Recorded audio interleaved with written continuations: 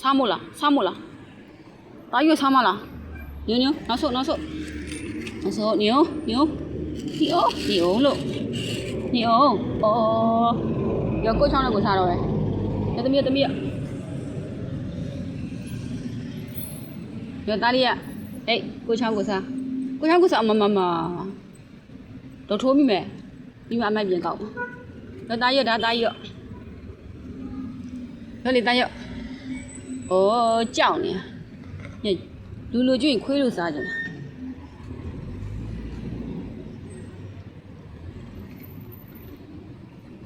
ဖြည်းဖြည်းစားဝါ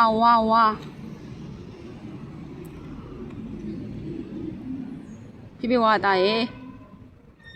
ဝါအောင်အယိုးညိအောင်မယ်အစာကြည့်အောင်ဝါရောက်ဒီမှာအယိုးညိအောင်မယ်ရသမီးရ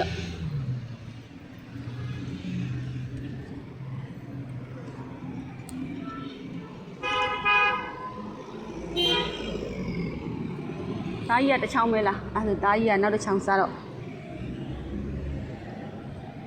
စားပါသားရဲ့